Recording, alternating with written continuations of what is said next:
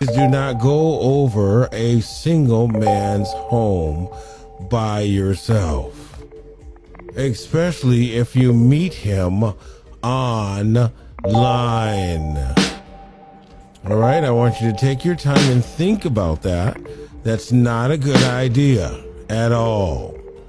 You're too young to know why you're doing it, but more importantly, you should not be doing it. Bring a friend, tell a parent. Oh, shocking. Tell your parents. Yes, because some of you guys won't be found. Okay, I love those movies, Taken, and I forget the other ones, some of the other ones that they are taking kids and selling them, sex trafficking. Those movies when the dads are searching the earth. But that's not a reality, that's a movie. All right, and welcome back to The Counselor, and I am your host, Sheldon Stovall. All right, so we're going to continue talking about guns and violence and the impact that it has on our teens in America and in around the world. And unfortunately, there are countries right now that are facing and dealing with such an impact of violence, right? Bombs dropping, guns. This is affecting our youth. This is affecting our teens, right? So parents, we want you to continually speak with your children. You know, if you want, you can bring them and let them talk a little bit with the counseling staff. We can try to find some help for you. We have licensed professionals that are standing by and are willing to talk with you or your children and try to get some help in your family. All right, so the deadly impact of guns on children and teens in America. These are a few stats that I found annually now. More than 3,500 children and teens, all right, ages 0 to 19, are shot and killed. And when you say, we talked about this in one of our staff meetings, when you say 0 to 19, what are you talking about? We're talking about pregnant moms, right? That happens as well. All right, and 15,000 are shot and wounded, right? So this is yearly. These are the stats. These come from medical centers and things like that. That's an average of 52 American children and teens every day. Okay, so this is something that needs to be talked about. It's not talked about enough because there's so much other things going on, right? Who has the best TikTok? Whose reality show is number one? Who got drafted? Which team is going to the playoffs, right? Everything else is more important sometimes than saving the lives of our teens, right? So parents, we want you to pay attention. We want you to take some time, sit with the family, and start having conversations, right? And the effects of gun violence extended far beyond those struck by a bullet, right? So then we have these people who get hit by stray bullets, right? Innocent people got up for work that morning, got up to go to school, had no idea that that was their last day, all right? An estimated 3 million children witness a shooting each year, okay? And that number is going up like crazy, like I said today, all right? Gun violence shapes the lives of children who witness it. So as many of these fathers, I used to live, somewhat in the suburbs and the outskirts, right? And, it was a big thing when dad would bring the son to go shoot its first deer, right? To go hunting, right? Yes. And, I would, they would come in, and like I said, it was very obvious at that time I was working at a convenience store, and they would come in bloody, right? Didn't even wash their hands. And then one day the mom, I guess, had picked the son up, from dad's house, and she was so proud that her son shot her first deer. I said, well, there's a sink right in our bathroom if you want to at least wash his hands, right? So sometimes parents forget to even think that this guy's got blood on his hands it could be traumatizing. And the kid, I just seen him. He looked like, he's seen a ghost. Like he's just sitting there staring, like, like in a deep abyss. And of course, at that time, I wasn't a trained counselor, but I noticed his behavior. He wasn't proud, right? Looked like that was a ritual or a family tradition. And it was his turn, right? Something like a bar mitzvah, right? All right. So know someone who's been shot. Many people do know others that have been killed, right? Have friends. It's surprising, just even the time between I was in school and the time now, a lot more kids know people that have been shot. Many of them say, yeah, one of my friends was killed, right? I didn't say that. No one got killed in my school, right? I never even seen an overdose, didn't even see any drugs, right? Now, these kids can identify whatever drug is and how to use it, right? In 7th grade. So it's something we need to think about. Or sometimes they live in fear, right? They live in fear of getting shot. Excuse me. So children go to school every day worried that somebody might come bringing a gun and take their lives. Firearms are the leading cause of death for children and teens. I'm going to re-say that. Firearms are the leading cause of death for children and teens. All right. And someone had asked me on the staff if I was going to give my position on guns. No, I'm not. What I am going to give my position on are what our children are exposed to with these weapons. Okay. That is an issue. This is a uniquely American problem, and I do agree with that. This is a very American problem. And again, it's a lot of it has to do with industry and influence, right? Coming from the powers that be that every day rain influence on our teens. It comes through video games. It comes through gun magazines, violent guns. Remember the first Nintendo game that used to come for free with the ducks that you would shoot, with the remote connected to the Nintendo, right? And you'll be shooting the ducks, right? It was the coolest game ever, right? But we're always being exposed to the violence, right? And it comes for free, right? It does, right? You don't have to pay anything for it. Compared to other high-income countries, American children age 5 to 14 are 21 times more likely to be killed with guns. And American adolescents, right, and young adults age 15 to 24 are 23 most likely to be killed with a gun. All right? So there's these rap songs that I'm concerned about, but I started listening to them recently because I kind of want to see what's going on. Why is it always being geared a certain way? When people write rap songs, when people used to write songs in general, these songs were diverse. I mean, some people would talk about the stars, other people would talk about roots on the bottom of an ocean, right? So there was such a wide spectrum of and diversity of music and words. Now, everybody, I would say I'm going to think about 80 to 90% of the videos in the rap, and I'm still listening to it because I have to decipher some of the words because the auto-tune is so deep, you can't really understand it. So, and I forget that I can type in, get the lyrics, right, on YouTube. I should remember that. But yeah, sometimes when I'm listening to it, I'm trying to figure out what they're saying, right? So a lot of this is nothing but guns and violence. So I want to urge and encourage our young rappers coming up, not the ones that are making money from it, because they're going to keep making money. As long as you want to hear it, they're going to tell you about a gun, right? They're going to tell you about a tree. They're going to tell you about a cow. They're going to tell you whatever you want to hear. They're going to sell it to you. But I want to challenge you young up-and-coming rappers, right? Try to rap about something else. I mean, I know it seems corny if you're not trying to represent whatever it is that you guys are trying to represent. Because when I go on some of these blocks, you'd be surprised. Nothing looks like what you see.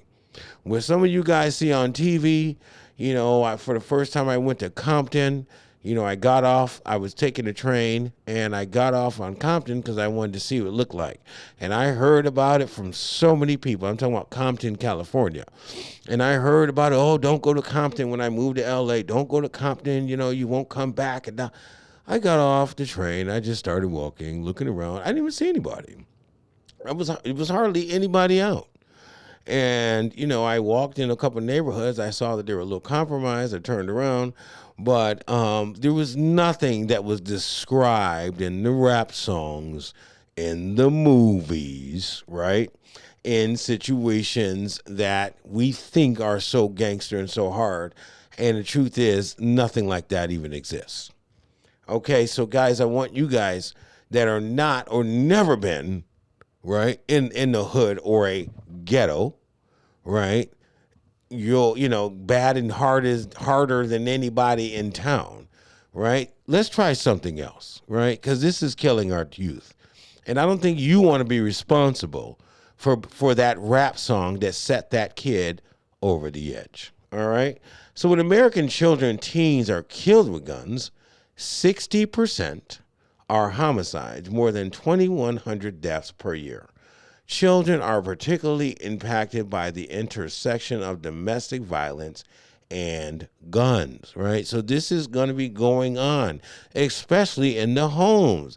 Dad, if you're pistol whipping your girlfriend in front of your child, putting the barrel of the gun in the husband's mouth because he cheated wives, fighting in front of your children, they have a high percentage that they're going to do the same thing because, one, they think it's okay by your behavior. You're their parents. You brought them here. Who else is going to teach them right or wrong? Right? So, again, this is a lot. Let's keep going. For children under age 13 who are victims of gun homicides, 85% of those deaths occur in the home. Right? I'll repeat that. In the home. And why do you say? Oh, I have a key. I have the gun in the lockbox. You do. Oh, Jeremy, go get the gun. Go get my gun for me and my bullets. I want to show my buddy. Okay, well, where's the key, Dad? Oh, the key is like right under my pillow. Come on, man. You just told your child where the gun is and how to get to it.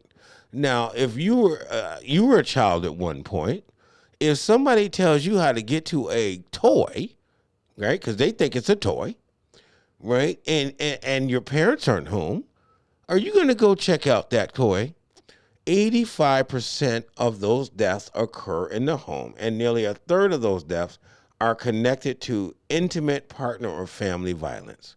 This is happening in the homes, right? Everybody wants a gun. Everybody needs a gun to protect themselves, right? We get that part.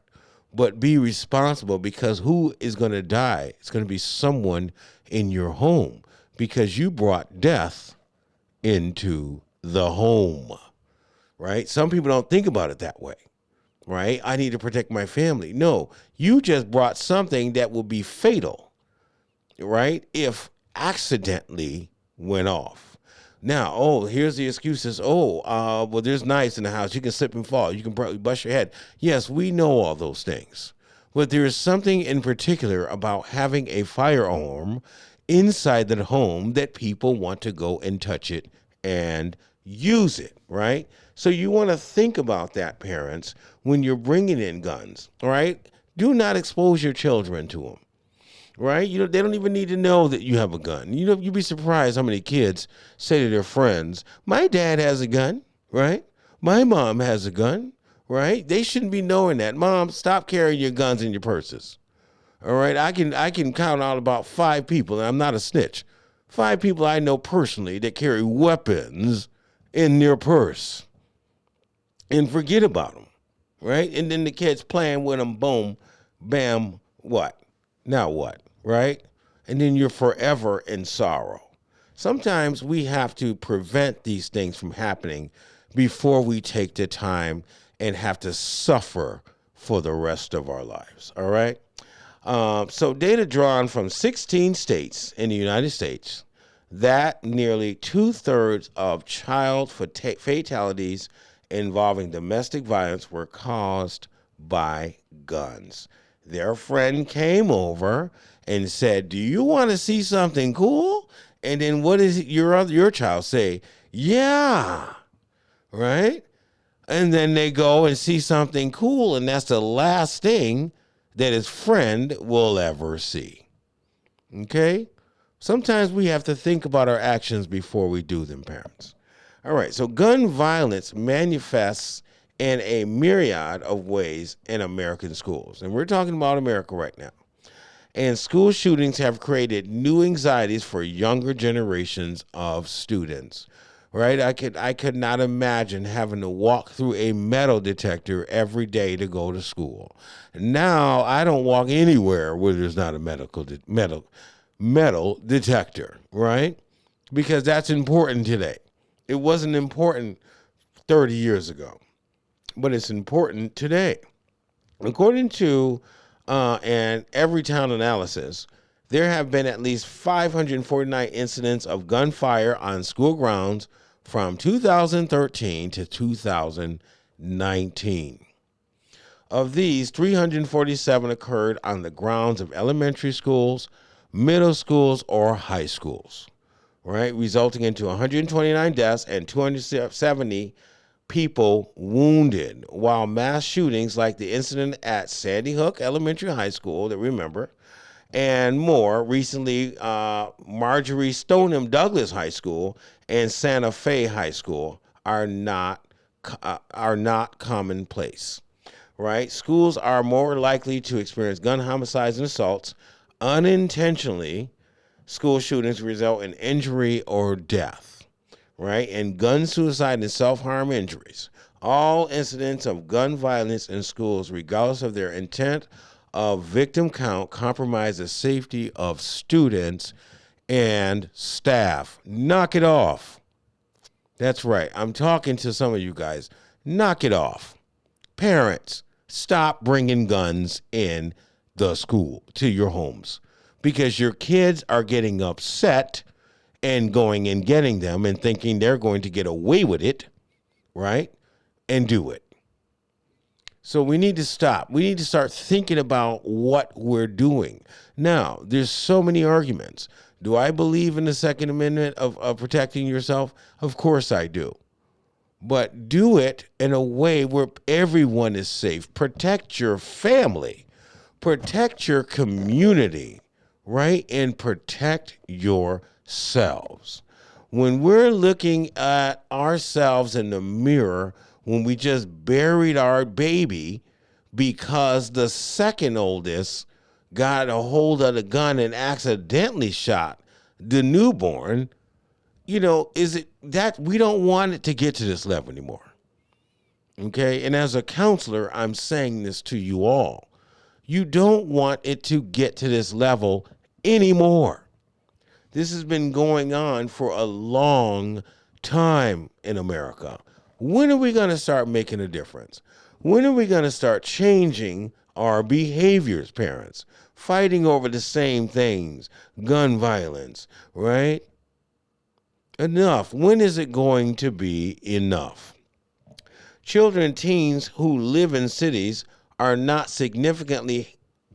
at a significantly higher risk of gun homicides and assaults compared to their peers in rural areas. So now we're pinpointing it to where kids in inner cities are having more access. When you say inner cities, we mean the ones that are living more close together, like in apartments and in complexes and things like that, where they're more likely to find a gun that's just been thrown, right, when someone's being chased by the cops because they were using it, right? 92%, I want to say this, of all hospitalizations of children for firearm injuries occur in urban areas.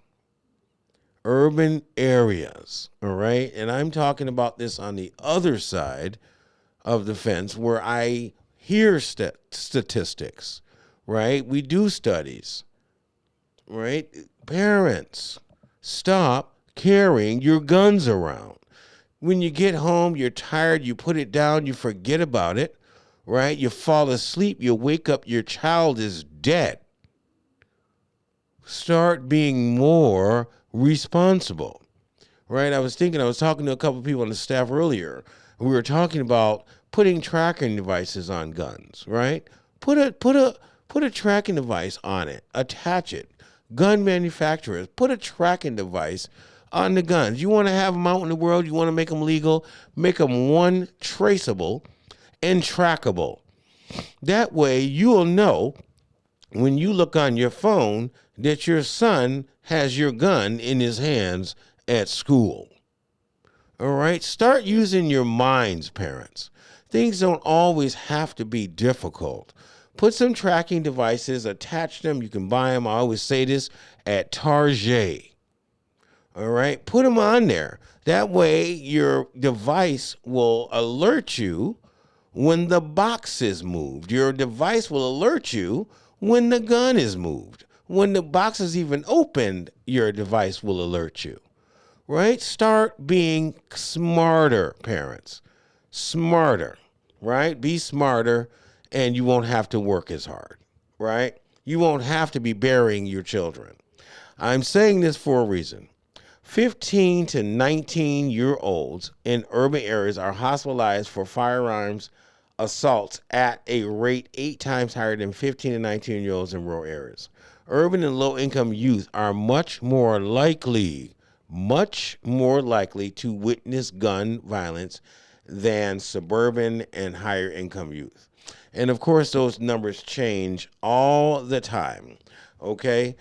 Let's talk about racism and racial differences among youth, right? White and black children may live in the same city yet experience it differently.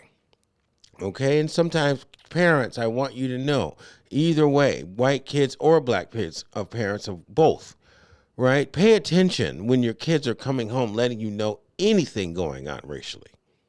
Anything. Due to policy decisions that enforce racial segregation and disinvestment in certain communities, gun violence is concentrated in black neighborhoods within cities. Right? So we're seeing more gun violence in the urban areas. So now we're thinking that this is happening more in the inner cities, right? Um, in black neighborhoods within the cities, many of which are marked by high levels of poverty and joblessness and low levels of investment in education, right? So a lot of intelligence comes over time, right? And a lot of us need to start thinking more, use our why, be more wise about our behaviors, right? Everybody doesn't have to be gangster walking around with a gun, right? It's not that serious, right? We need to start making some better decisions because it's costing our lives of our children. And when we do this group like once a month, right? And we usually do it with the families. We want to encourage you guys to come out and start speaking. Those of you who have children who have died, right, from gun violence. I just gave you guys the statistics earlier. I want you guys to come out and start talking because a lot of these parents don't think that it's going to happen to them. And all of a sudden, when their children are gone, right, and then they're seeking help, that they're filled with regret. All right, so we want to just encourage you guys to pick up the phone, give us a call. If you are dealing with something like this in your home or someone you know, give us a call. Our number is always scrolling on the screen. You can email me anytime at promo@thecounselor.live. One of our staff members will get back to you, right? Or we will refer you to another counselor that can help you in your area, or you can slide up in my DMs. The Counselor.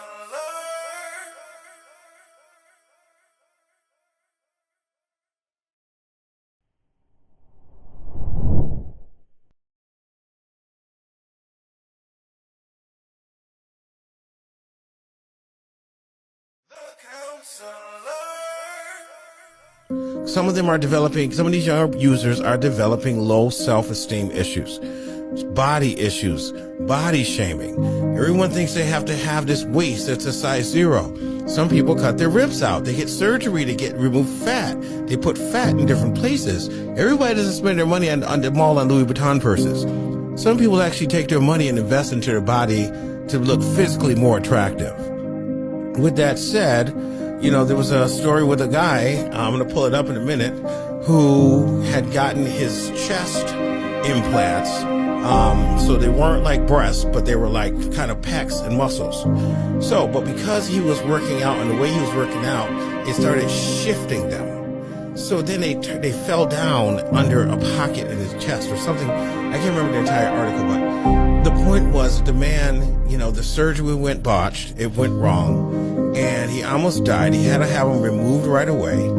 And the first thing he said when he came out of the surgery was, "My life is over. What am I gonna do?" So I said, wait a minute, give me a second. So, I just, so I'm a thinker. I like to think.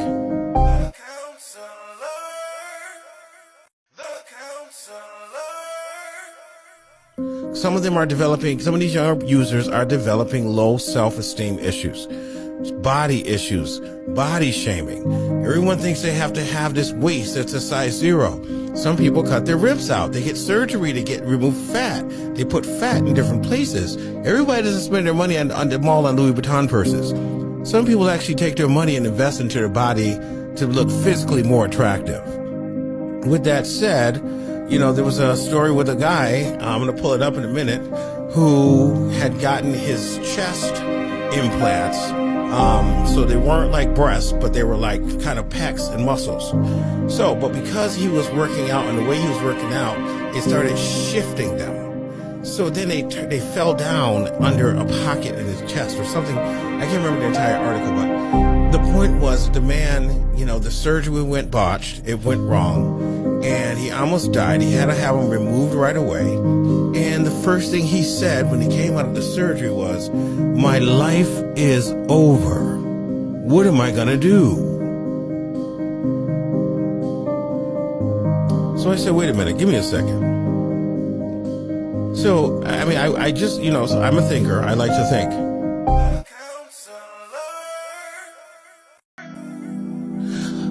Is it okay to break up with your girlfriend for talking to another guy or following or liking another guy on TikTok?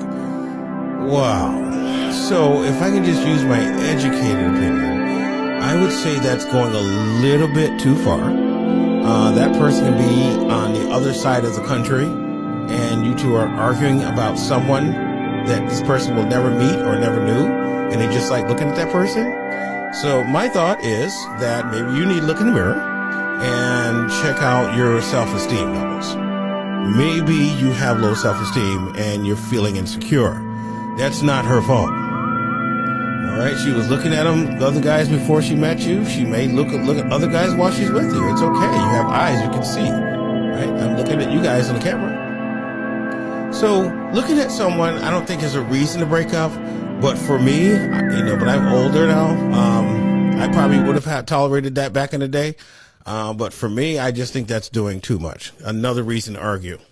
So, relationships. All right. More results. The concept was pretty simple. Just thinking about the concept. Of course, we were just messing around when we first built the studio. So it just came out, and then we gave it some life by giving it some substance. And pretty much Talk That Shit show was really supposed to be for you to come on a show without being censored, without being told what to say. You were supposed to be able to talk your shit and be free about it. And it's like a judge-free zone. So nice. And that was the premise of the whole Talk That Shit show. And also wanted to be in the community. We wanted the people around us to be able to, voice their, business, whatever they were doing, their venue, whatever they were doing. We wanted them to be able to showcase their talents on our show. So It's just like, you know, it was a double thing. Like, talk that shit. Talk if you doing something, talk that shit. I like that. And if you wanted to voice your opinion too, talk that shit too. Nice. Without being censored. We Nice. don't like cancel culture around here. Okay.